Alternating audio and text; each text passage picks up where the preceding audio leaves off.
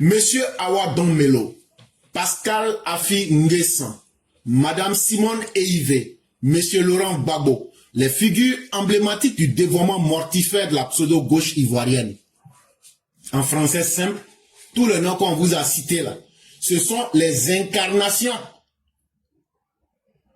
du sabotage de l'opposition ivoirienne, mais surtout dans son aspect le plus lugubre en offrant la mort.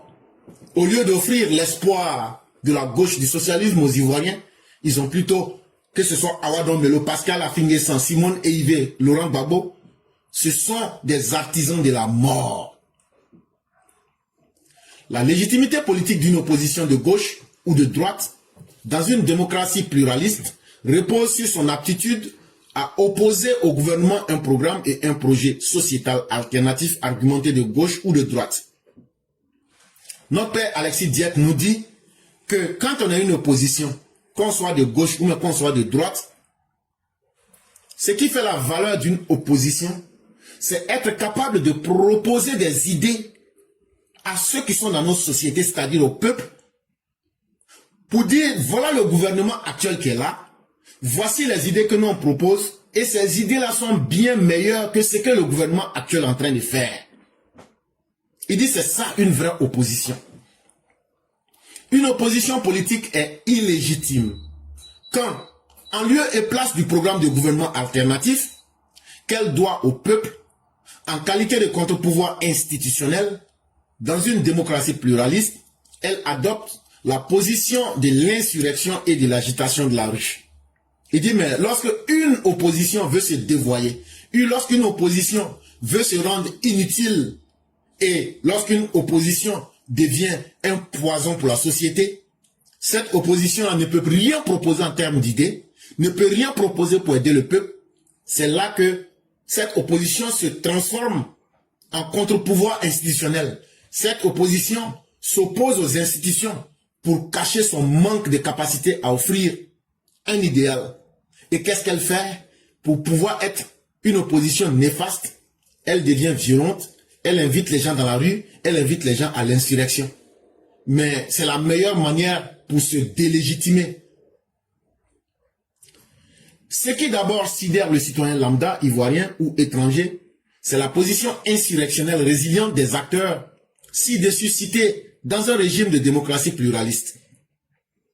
Il dit pour tous ceux qui sont des observateurs de la politique ivoirienne, quand on prend depuis 1980 jusqu'à aujourd'hui, ce qui étonne les observateurs et tous ceux qui apprécient et qui essaient d'analyser la politique ivoirienne, ils se posent une seule question.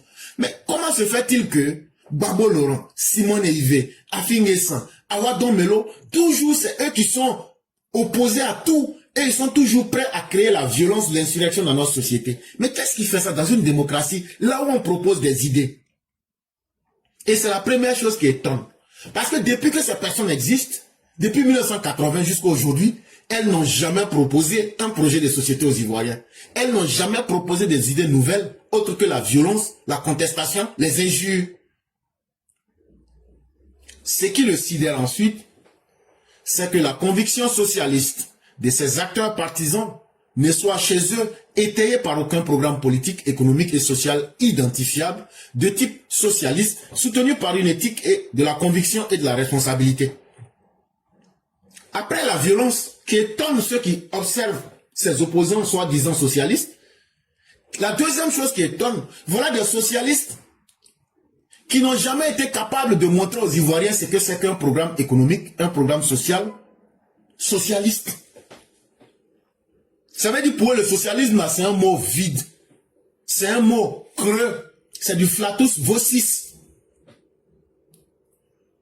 En réalité, c'est des gens qui n'adoptent même pas le comportement d'un parti socialiste responsable. Et ils parlent de socialisme, mais ils n'ont pas la conviction de ce que est le socialisme en réalité. Parce que la meilleure définition serait dans leurs actes. Mais dans leurs actes, on ne voit aucun signe de socialisme. Ce qui l'étonne est le fait que la gouvernance de cette entité, entre octobre 2000 et décembre 2010, fut caractérisée par une absence totale de praxis politique de gauche, social-démocrate ou révolutionnaire, avec des résultats tangibles en matière de promotion des classes populaires et l'élévation du niveau de vie de ces classes. Bon, chers parents, je vais vous expliquer de façon très simple ce que c'est que le socialisme. Le socialisme, il y a plusieurs catégories de socialisme.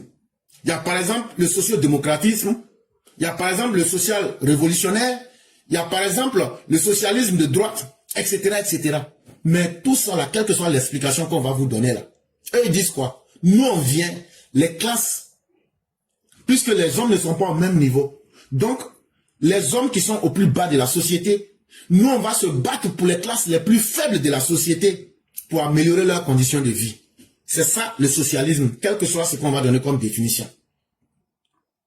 Maintenant, de 2000, du 26 octobre 2000 jusqu'au 11 avril 2011, est-ce que vous avez vu une seule pratique politique du socialisme que Laurent Gbagbo, avec tous ses sbires, ont pu faire en Côte d'Ivoire? Aucune praxis politique de gauche. Quelle que soit la forme de la gauche que vous voulez, que ce soit le sociodémocratisme, que ce soit le social révolutionnaire, que ce soit le social de gauche, que ce soit le social de droite, quelle que soit la doctrine philosophique ou bien politique du socialisme que vous prenez, eux n'ont rien appliqué. Parce que quoi? Parce qu'ils ne connaissent pas. Ils ont pris un mot qu'ils disent comme ça, mais dans la pratique là, ils ne savent pas faire parce qu'ils ne connaissent pas. Et pourquoi? Parce que tout le monde voit, ils n'ont aidé aucune classe de notre société à connaître une certaine élévation de leur niveau de vie.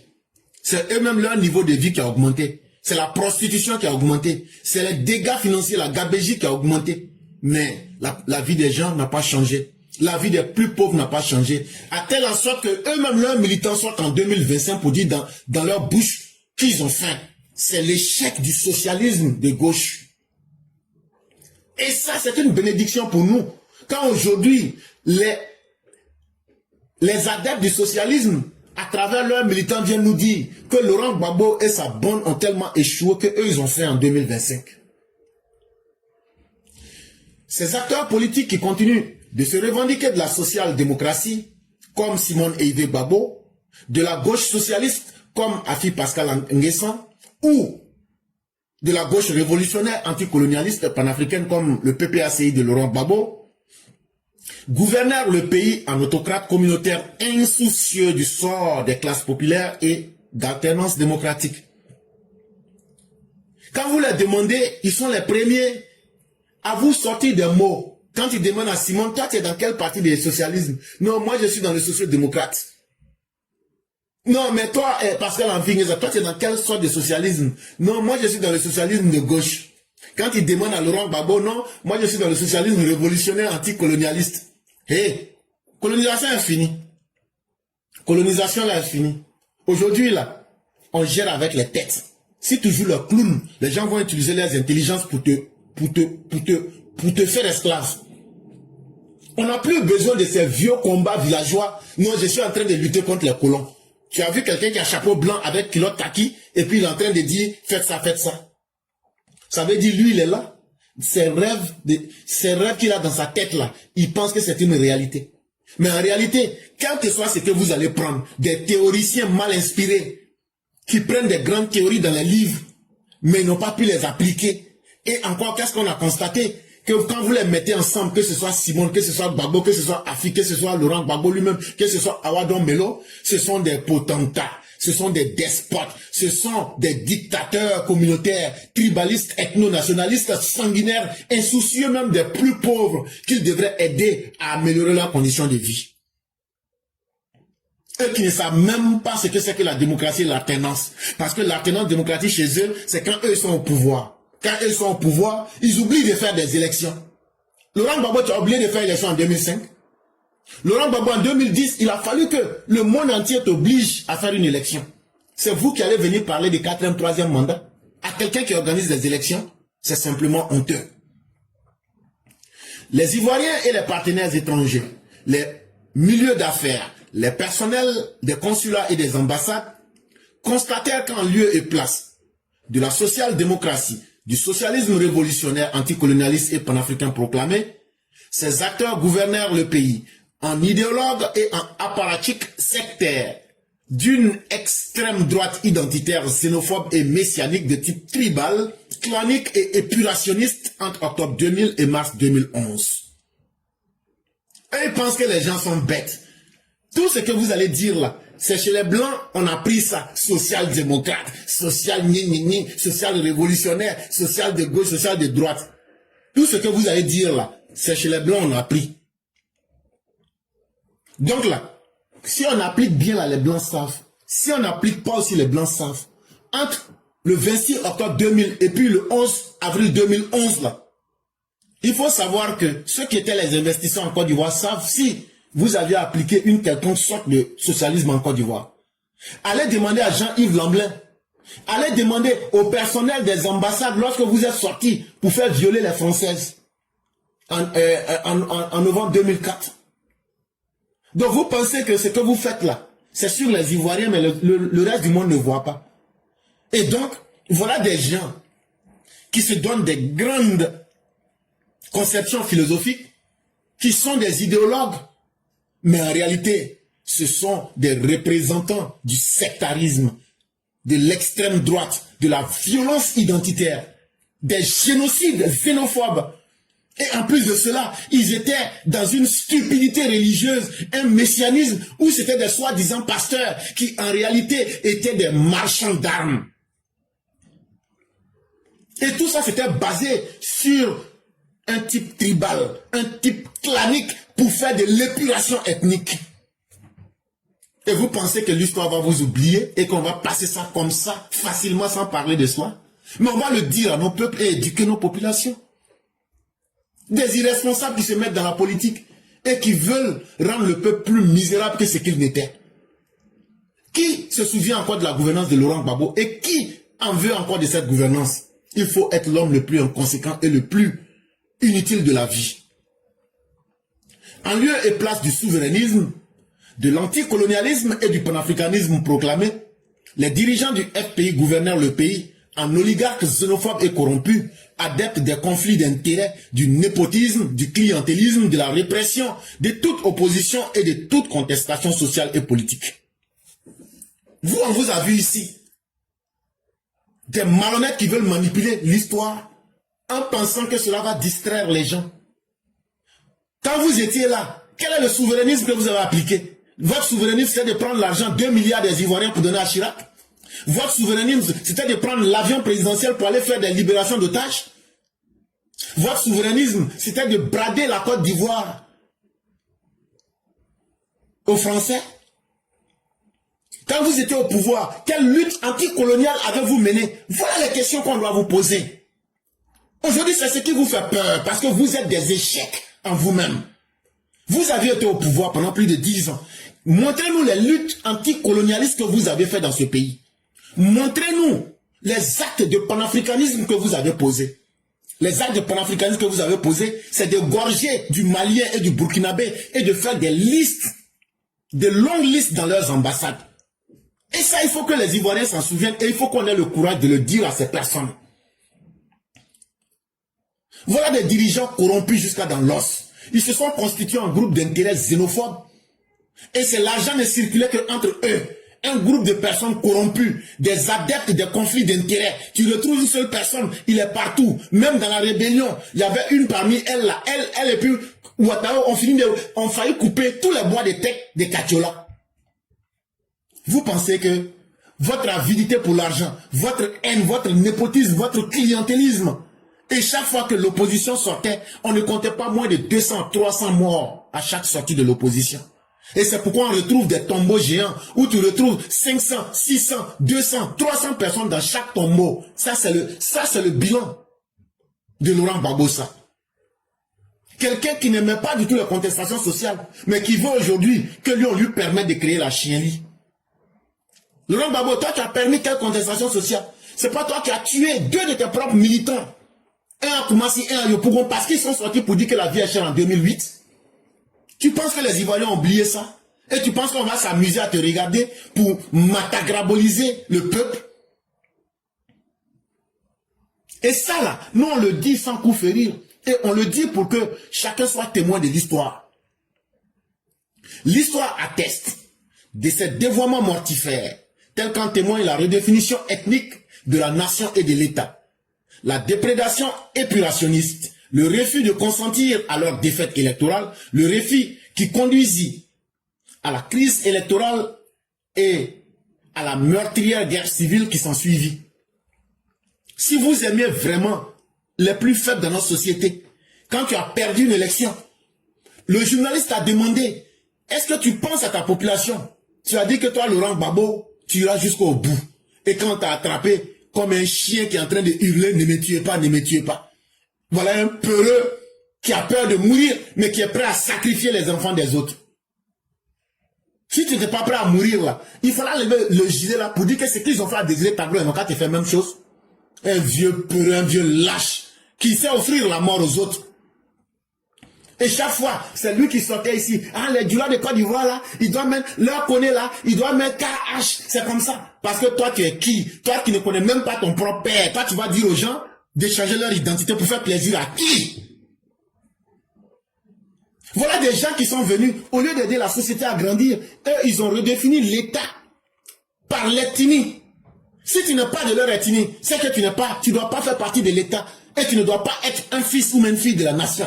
Et donc, pour cela, on doit vous faire de l'épuration. On doit vous exterminer. Laurent Gbagbo était sur le point de faire un génocide comme ce qui s'est passé au Rwanda en Côte d'Ivoire. Et il était tellement prêt qu'il le disait. 1000 morts à gauche, 1000 morts à droite, lui il s'en fout. Que 1000 personnes meurent de son côté, ça ne lui fait ni chaud ni froid. Que lui il tue 1000 opposants du RDS, ça ne lui fait ni chaud ni froid. Et c'est pourquoi il a fait la crise post-électorale pour nous conduire à une des guerres civiles les plus meurtrières en Côte d'Ivoire. Laurent Gbagbo à lui seul nous a offert 3 guerres en Côte d'Ivoire. Il y a eu la guerre du 19 septembre 2002. Il y a eu la guerre de novembre 2004. Et il y a eu la guerre de la crise post-électorale de 2010. Toi, un individu comme ça. Mais il faut savoir que ton âme est maudite. Hein? Parce que tous ces morts-là, ces citoyens qui sont morts de ta faute là, la malédiction divine est sur ton âme jusqu'à pour l'éternité. Toi seul tu as offert à la Côte d'Ivoire 3 différentes guerres. Ça devrait vous faire honte. Et Simone est partisane de ce que je dis. Afingé c'est un partisan de ce que je dis. Awadon Melo est comptable de ce que je dis. Ils étaient tous ensemble. Et chers Ivoiriens, n'oubliez pas ça. Et Nadi Bamba était avec eux. N'oubliez pas ça. L'indignité est représentée à son niveau le plus haut. On égorge tes propres parents comme des moutons. Pour quelques billets de banque, toi, tu restes avec les bourreaux. Quelle honte. Et ça veut encore l'ouvrir pour parler. De ce point de vue, la minorité électorale récurrente de cette entité en Côte d'Ivoire depuis décembre 2010 ne saurait guère s'expliquer par un quelconque complot international ou local. Donc, vous avez perdu le pouvoir parce que vous n'êtes rien, parce que vous n'avez pas d'idée, parce que vous avez fait un bilan qui est lourd et sale. C'est ce qui a fait qu'aujourd'hui, depuis décembre 2010, les gens vous ont montré que vous êtes minoritaire et que tout ce qu'on vient de dire là, c'est pas bon pour le peuple. Et le peuple vous a désavoué en allant voter dans les urnes pour vous abandonner, pour vous montrer que vous êtes minoritaire. Donc là, l'échec de ne pas être capable d'avoir les parrainages en 2025 là, c'est la suite logique de votre minorité depuis 2010. Si vous étiez majoritaire, vous n'auriez pas dû perdre ces élections. Et celui qui a perdu les élections, c'est celui qui a provoqué la guerre. Comme toi-même, Laurent Gbagbo, tu le disais. Donc, vous ne pouvez pas venir en 2025 pour nous dire qu'il y a eu un complot international, il y a eu un complot local. Alassane Ouattara, c'est un grand maître comment on appelle là, des blocages politiques ou bien, comment il a appelé ça, il dit Alassane Ouattara est un grand maître du bouclage politique ou bien de l'enfermement politique, des conneries du genre. Mais c'est parce que vous ne réfléchissez pas, vous n'avez pas d'idée. Et vous pensez que le monde entier est contre vous. Mais vous n'êtes rien. Qui sera contre vous? Elle s'expliquerait plutôt par un discrédit politique résultant de la contradiction entre les promesses démocratiques et socialistes proclamées et les actions autocratiques, oligarchiques, répressives et liberticides concrètes réalisées. En réalité, il n'y a pas de complot contre vous. Il n'y a pas quelqu'un qui est votre sorcier. C'est vous-même là, votre comportement d'autocrate, de dictateur sanguinaire. C'est votre comportement de potentat. C'est votre comportement inhumain, répressif, liberticide. C'est que vous dites que quand vous allez venir au pouvoir, vous allez faire la démocratie. Vous partez mentir que c'est toi le père du multipartisme. Mais tu as été celui qui a le plus fait du mal à la démocratie en Côte d'Ivoire, Laurent Gbagbo et ses sbires. Vous avez dit que vous êtes socialiste, mais vous n'avez rien réalisé de socialiste. Mais dans vos actions, c'est vous qui avez transformé la mort en programme politique. C'est vous qui avez transformé les escadrons de la mort en programme politique. C'est vous qui avez fait les charniers en programme politique. C'est vous qui avez fait du viol un programme politique. C'est vous qui avez fait de la répression des libertés publiques un programme de campagne. Et donc quand les Ivoiriens ont vu ça, ils ont dit vraiment nous avons fait le mauvais choix. Et ces personnes-là sont détestables. Et c'est pourquoi les gens vous ont abandonné depuis décembre 2010. Cette minorité électorale récurrente, depuis décembre 2010, le FPI et ses mini-partis satellites sont ressortis ultra minoritaires aux dernières élections législatives de 2021. Résulterait de la trahison des idéaux, des programmes politiques et des projets sociétaux du socialisme et de la gauche. Et encore, pour vous montrer que les gens vous détestent et qu'ils ne vous aiment pas, après votre échec lamentable aux élections de 2010, le PDCI, le FPI, qui se faisait appeler honteusement LMP, mais qui en réalité c'était pour cacher leur honte, avec tous leurs petits partis minoritaires, quand ils sont partis aux élections, ils ont encore perdu aux élections législatives de février 2021. Pourquoi? Parce que les gens ne veulent plus suivre les gens qui ont la grosse gueule comme vous, mais qui n'ont aucun idéal, qui n'ont aucune idée, qui n'ont aucun plan, qui n'ont aucun programme politique, qui n'ont aucun projet de société, qui disent des grandes choses, mais en réalité, c'est du vide qu'ils veulent vendre aux gens. Et les gens ont pu constater cela. Et ça fait que les gens, quand ils vous voient, ils ont envie de vomir. Et simplement, ce qu'ils font, ils disent, nous ne voulons pas avoir affaire à eux. Et ça c'est venu encore conforter et confirmer que vous étiez minoritaire depuis 2010, mais à partir de 2021, vous êtes devenu ultra minoritaire, mais en 2025, vous êtes inexistant au point de ne même pas être capable d'avoir 37 000 personnes. Sur 30 millions de personnes. Après la défaite électorale de décembre 2010, le parcours en solo des hulles du régime, tels que Awa Don Melo, Simone et Yves Gbagbo, Mamadou Koulibaly, Pascal Affi-N'Guessan, illustrera d'ailleurs emblématiquement entre dissidence et ralliement final à l'ADN insurrectionnel et populiste du FPI originel, ce déficit de conviction socialiste et cette incapacité foncière à élaborer un programme de gouvernement afférent en Côte d'Ivoire. En réalité, pour montrer que vous êtes dans du gros n'importe quoi, constatez qu'après décembre 2010, regardez, chacun de vous a pris son chemin. Awa Don Melo évolue seul, Simone évolue seul, Mamadou Koulibaly évolue seul, Affi-N'Guessan évolue seul. Qu'est-ce que cela prouve? Ça prouve que simplement, vous n'êtes pas là pour du socialisme et que vous dites des choses que vous ne maîtrisez pas, que vous ne connaissez pas. Mais ce n'est pas étonnant. Ce qui vous réunissait, c'était l'ADN de l'insurrection et du populisme, qui est la nature réelle même du FPI originel. Comment mentir au peuple, comment créer, en toute situation, comment créer la violence. C'est ça qui est la conviction qui vous unit. Mais quand on vous demande de revenir à la politique, avec des vraies idées, pour les mettre en place et puis les pratiquer, non seulement vous n'avez pas les idées, mais vous n'avez pas les moyens de pratiquer votre politique. Et ça n'intéresse pas les Ivoiriens. Parce que vous avez trahi vos promesses des socialistes. Parce que les Ivoiriens ont vu en vous des autocrates, parce que vous avez posé des actes. Les Ivoiriens ont vu les hommes les plus corrompus que la Côte d'Ivoire n'avait jamais vus. Les Ivoiriens ont vu en vous des xénophobes ethno-nationalistes qui sont dans le déni victimaire. C'est eux qui sont toujours victimes. Eux peuvent tuer quelqu'un et puis dire non, le cadavre là, c'est le cadavre là qui s'est suicidé lui-même. Mais ce qui a fait le plus mal aux Ivoiriens, que vous ne savez pas, c'est votre refus de contrition. Ça veut dire quoi? C'est votre refus à accepter que vous là, vous avez fait des choses mauvaises et que vous demandez pardon aux Ivoiriens. Non, non, non, eux ne peuvent pas faire ça. Mais c'est pourquoi les stigmas d'un discrédit politique sont collés sur vous. Tant que vous n'allez pas faire votre mise à jour pour reconnaître que vous avez fait du mal aux Ivoiriens, vous êtes en train de vous perdre du temps à vous-même. Il faut se souvenir que M. Laurent Gbagbo, le fondateur du FPI et le chef de file de ce pseudo-socialisme, combattit le gouvernement trentenaire de Félix Houphouët-Boigny sous les mots d'ordre d'anticolonialisme, de défense de la souveraineté nationale contre la tutelle néocoloniale française, de la restauration du pluralisme et de la liberté d'expression, de la lutte contre la corruption et le tribalisme. Quand Laurent Gbagbo, il était en train de combattre Félix Houphouët-Boigny là, c'est qu'il est venu dire pour tromper les gens là. Il dit non, que lui va venir pour lutter contre les colons. Ça c'était en 90. Que lui va lutter pour que la Côte d'Ivoire ait sa souveraineté. Et qu'il va arracher la souveraineté de la Côte d'Ivoire à la France. Que quand lui va venir là, que tous les partis politiques vont pouvoir faire leurs activités librement. Que quand lui va venir là, chacun pourra dire ce qu'il veut. Que quand lui va venir là, il va lutter contre la corruption, il va lutter contre le tribalisme. Voilà ce qu'il a promis aux gens.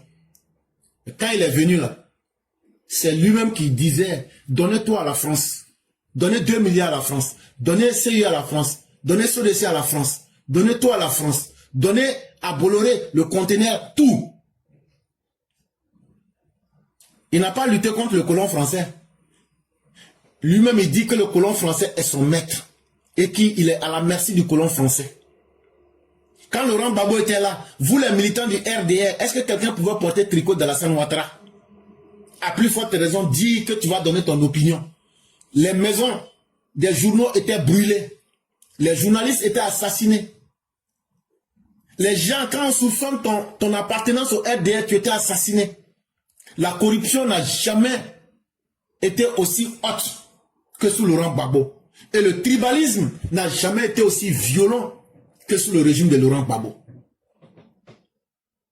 Cette profession de foi, ces mots d'ordre et ces proclamations furent totalement trahis au pied du mur de la gouvernance réelle de l'État, aussitôt le pouvoir suprême conquis, sous le mauvais augure de la violence et de l'assassinat, dans une élection calamiteuse en octobre 2000. Mais comme l'homme, tu peux parler, mais comme le temps est un autre nom de Dieu, une fois que ces gens-là sont venus au pouvoir et qu'on les a vus à l'œuvre, en train d'assassiner les Ivoiriens, en train d'assassiner la démocratie, en train de mettre une guerre civile en Côte d'Ivoire, en train de tirer avantage de la guerre, jusqu'à dire que c'est la guerre qui leur a permis d'avoir leur meilleur premier ministre Soro Guillaume, alors qu'eux-mêmes ils ont pris le pouvoir de manière calamiteuse dès le lendemain en faisant des charniers. On a vite fait de comprendre que ces gens-là, tels qu'ils sont venus, c'est de cette façon aussi qu'ils vont quitter le pouvoir. Et donc, tel que Laurent Gbagbo est venu, c'est de cette même façon calamiteuse qu'il a quitté le pouvoir. Pourquoi? Parce que la dérive autocratique liberticide du pouvoir FPI, au niveau politique, et les marchés de gré à gré, les bradages du port d'Abidjan au groupe multinational français Bolloré, au niveau économique, furent les signes les plus emblématiques de la trahison des promesses socialistes, démocratiques et anticolonialistes. Et ce que nous vous disons là, c'est des choses, les vidéos sont là. C'est des choses qui étaient tellement choquantes que au temps de Laurent Gbagbo, c'était des marchés gré à gré. Ah, qui est mon ami là? Est-ce qu'on peut pas faire un truc là qui m'arrange? Je peux en faire, on passe. Le port d'Abidjan a été bradé à Bolloré. On prend des milliards des Ivoiriens qui sont en train qu'on tue. Lorsque ces Ivoiriens disent qu'on a fait, on les tue. Mais on prend les 2 milliards de ces mêmes Ivoiriens pour donner à Chirac. C'est là que beaucoup ont compris que déjà Laurent Gbagbo qu'on est en train de suivre là, il est loin de tout ce que il est en train de dire. C'est un gros mensonge, c'est une illusion. Laurent Gbagbo est l'ennemi, le premier ennemi de notre démocratie. Laurent Gbagbo est le plus grand lâche qui n'a pas pu combattre les colons comme il le dit. Laurent Gbagbo est le plus indigne qui n'a pas pu tenir ses propres promesses. Il a trahi le peuple. C'est ce même Laurent Gbagbo là qui est là aujourd'hui et qui pense que lui va pouvoir inviter les gens à la violence. Et il est important qu'on vous raconte ce qu'il a été. Lui, Awadon Melo, Pascal Afinguessan, Simone Eve Gbagbo et consort Blé Goudé, il faut qu'on vous raconte ce qu'ils ont été. En mars 2011, au terme de la guerre civile provoquée par cette gouvernance autocratique, chaotique, identitaire, qui ne fut ni social-démocrate, ni révolutionnaire, encore moins quoi que ce soit, M. Laurent Gbagbo, son épouse Simone Gbagbo et son cercle rapproché, dont M. Awa Don-Melo et Pascal Afingessa et autres, estimèrent avoir été victimes d'un complot international, s'enfermèrent dans le complotisme, dans un déni victimaire et dans une absence de contrition qui scandalisèrent le sens commun public. Après tout ce qu'on vous a dit, avec tout le mal qu'ils ont fait au pays, quand ils ont été fatalement chassés du pouvoir à cause de leur mauvaise gouvernance, de leur gouvernance sanguinaire, de la trahison même de leur idéal politique, qu'est-ce que ces personnes vont faire? Non, on a été victime d'un complot international. Ah, donc vous êtes en train de faire tellement de bonnes choses. Mais montrez ces bonnes choses aux Ivoiriens. Ce sont les Ivoiriens qui peuvent dire si c'était un complot ou pas. Si vous étiez en train d'améliorer la vie des Ivoiriens, les Ivoiriens seraient les premiers à dire qu'il y a eu un complot. Mais tous les Ivoiriens sont contents qu'on vous ait chassé du pouvoir. Mais vous vous êtes mis, vous êtes enfermés dans un déni de la victimisation. Sans chercher à vous dire, ce qu'on a fait là, on a dû faire du mal. Et ça doit nous scandaliser. Et on doit demander pardon aux Ivoiriens. Et c'est ces gens-là qui viennent aujourd'hui comme des Simone, comme des Awa Don-Melo, pour dire non, les Ivoiriens, faites-nous confiance. Mais on va vous raconter votre histoire, Madame Simone. Awa Don-Melo, tu ne peux pas te cacher. Il n'y a aucune différence entre toi et Laurent Gbagbo, Pascal Afingessa et autres. On va vous dire ce que vous étiez. Vous êtes une bande de criminels. Mais aujourd'hui, le cas Awa Don-Melo est un cas extrêmement dangereux qu'il faut combattre dès la racine. Parce qu'il est en lien aujourd'hui avec l'international du crime et du désordre qui est la Russie. Après l'amnistie et la grâce présidentielle, dont elle bénéficia en août 2018, Madame Simone Gbagbo s'enferma jusqu'en 2025 dans son messianisme identitaire, prophétique et sectaire habituel. Gbagbo, Simone que vous voyez là, elle n'a pas changé. Hein. Elle est méchante et mauvaise dans son âme. Elle se cache derrière une fausse religion pour donner l'impression qu'elle a habité souvent par le Saint-Esprit. C'est faux. C'est une haine viscérale qu'elle cache. Mais si elle a l'occasion d'exprimer sa haine, même Dracula ne sera rien. Elle va boire le sang des Ivoiriens. Et vous n'allez pas croire. Elle qui a été amnistiée, au lieu de chercher à se repentir du mal qu'elle a fait, en tant qu'une femme, elle a protégé ses enfants, mais elle a sacrifié les enfants des autres. C'est cette calamité-là aujourd'hui qui veut qu'on oublie ce qu'elle est. Mais on ne l'oubliera pas et on va le dire et on va montrer tout ce qu'il y a. Ces proclamations social-démocrates de façade et sa pseudo-rupture idéologique et politique de type marital d'avec son époux Laurent Gbagbo ne font guère illusion. Donc vous les gens du RHDP qui êtes là, hey, Simone égale Gbagbo, Gbagbo égale EIV. Parce qu'en réalité, comme je vous l'ai dit plus tôt, ce qui les unit là, c'est la haine. Ce qui les unit, c'est le plaisir à faire du mal. Ce qui les unit, c'est leur avidité à profiter des biens de l'État. Ce qui les unit, c'est leur incapacité, c'est leur nullité dans la gestion des hommes. Et donc, qui s'assemble se ressemble. Quand M. Awa Don-Melo, en contradiction avec ses proclamations socialistes, anticolonialistes et démocratiques, il se glorifia en 2022 de son statut de chargé d'affaires africain du patronat russe, l'oligarchie affairiste du Kremlin de M. Vladimir Poutine. Voilà Awa Don-Melo. Lui, il est fier de dire en 2022 que c'est lui qui est le chargé des affaires africaines du Kremlin. C'est-à-dire, lui, c'est lui qu'on prend pour venir piller les autres pays africains. Alors que lui dit qu'il est un socialiste anticolonialiste et qu'il est en même temps socio-démocrate. Mais lui, il est fier d'être le représentant du colon russe en Afrique. Et depuis quand tu as vu le colon russe faire de la démocratie? Donc en réalité, voilà encore un commerçant de malheur qui se fait proclamer socialiste anticolonialiste démocratique. Mais en réalité, regardez ce que lui-même il pratique. Il est le coursier, il est le coxer des Russes en Afrique. Un coxer là, est-ce qu'il ne cherche pas pour lui toujours dans l'affaire? Et ça encore, ne vous amusez pas. Le candidat le plus dangereux à cette élection de 2025 demeure M. Awadon Melo.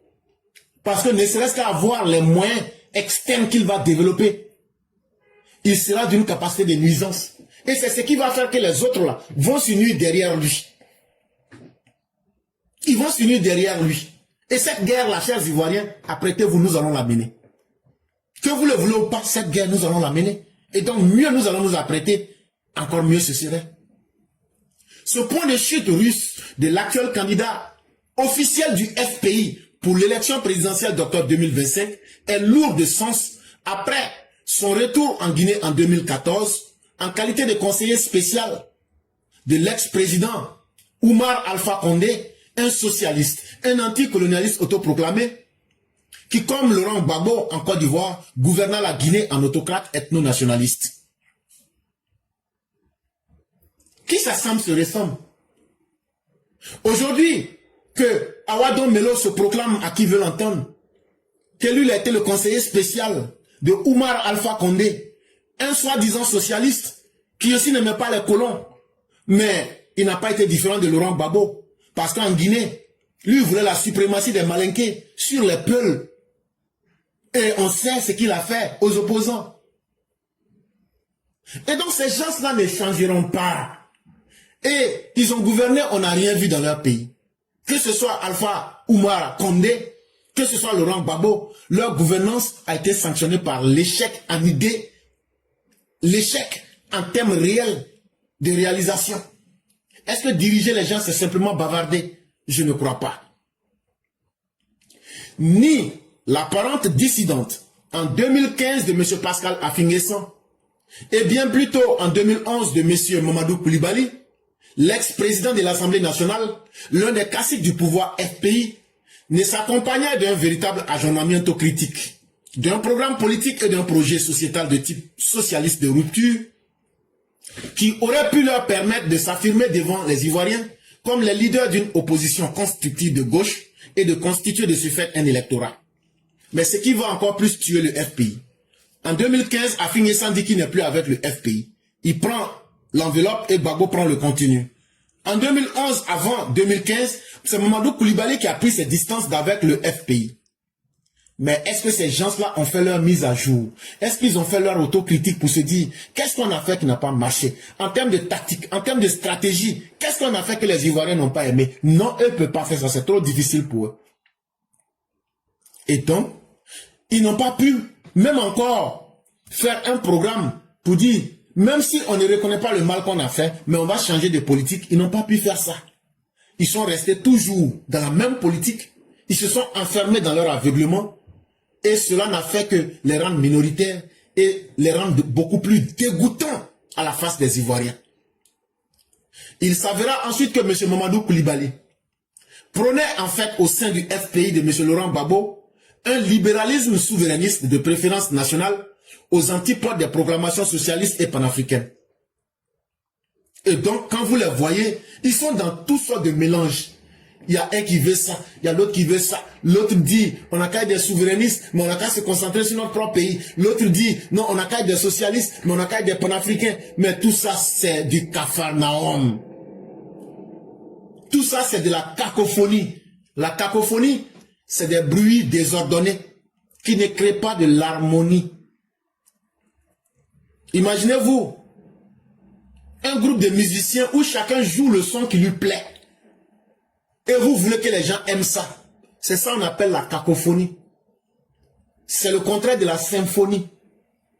Regardez le RHDP, où il y a un chef d'orchestre qui s'appelle Alassane Ouattara. Et qui donne le ton. Et qui fait signe à chaque personne de faire le son qu'il faut. On a l'impression que gouverner avec Alassane Ouattara, c'est la chose la plus facile. On a l'impression que tout le monde peut se rêver en dirigeant. Tellement il rend ça facile parce qu'on y entend une symphonie. Parce que tout est réglé de main de maître. Parce que tout passe comme une lettre qui passera à la poste. Et c'est tout le contraire du FPI, PPACI. Mamadou Koulibaly, lui, il est souverainiste, libéraliste. Simone Gbagbo est socio-démocrate. Affi-N'Guessan, lui, il est dans le socialisme de gauche. Gbagbo, lui, il est socialiste, panafricain, et gna gna gna. Rien que de la merde. Ça veut dire des irresponsables qui se sont mis ensemble pour perdre du temps aux Ivoiriens.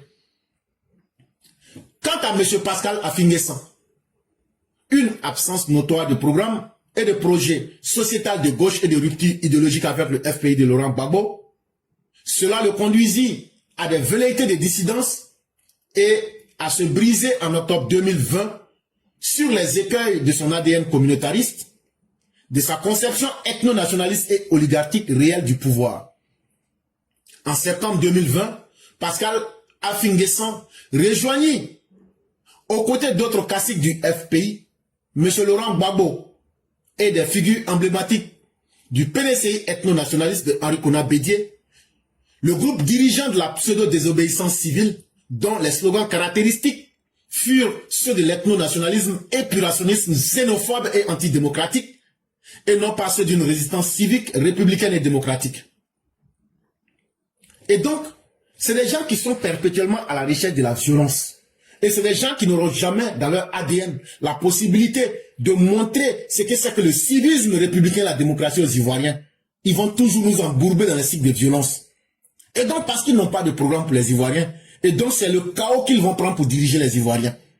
Et c'est pourquoi, naturellement, toujours à la recherche de quelqu'un qui va offrir de la violence contre le peuple, en 2020, que ce soit Mamadou Koulibaly, que ce soit Affi-N'Guessan, que ce soit même Laurent Gbagbo, ils vont se joindre à Bédié qu'ils pouvaient utiliser dans un slogan de nationalisme ethniciste, mais sur base des xénophobes épurationnistes, dans un antidémocratisme, pour vouloir imposer les idéaux et les idées d'un tribalisme, soi-disant désobéissance civile.